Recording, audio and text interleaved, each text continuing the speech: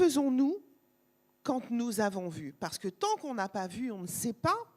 Et si on ne sait pas, on ne sait pas. Mais que faisons-nous quand on a vu et quand vient à notre connaissance quelque chose?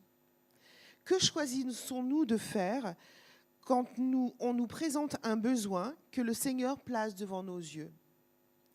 En tant que chrétiens, comment réagissons-nous devant la pauvreté, par exemple, devant la détresse de ceux qui nous entourent? Après tout, nous sommes libres de détourner le regard, nous sommes libres de continuer notre chemin, mais nous sommes aussi libres d'exprimer la même compassion que celle que Jésus a eue, que celle qu'il a ressentie devant la foule qui attendait quelque chose de lui. D'accord ? Sur ces 300 personnes qui vivent à l'année dehors, eh bien, il y a entre 30 et 40 personnes qui sont des femmes. C'est énorme.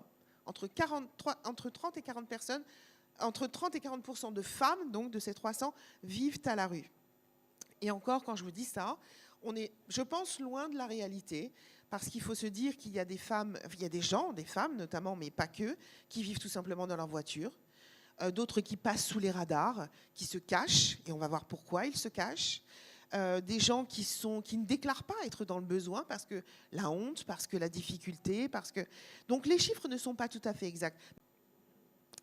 Une femme qui vit dehors à Nice, écoutez bien ce que je vais vous dire, elle a 100% de chance de se faire violer tous les soirs. Tous les soirs. Pourquoi ? Alors après, on se demande pourquoi elles sont dans une telle situation. Bien, tout simplement parce que des hommes mal intentionnés les suivent, parce qu'elles ne sont pas protégées, parce qu'il n'y a pas assez de centres d'accueil pour elles. Donc ces femmes-là, elles n'ont pas d'autre moyen que de ou se cacher, ou tout simplement faire quelque chose de nouveau, c'est-à-dire de prendre des chiens.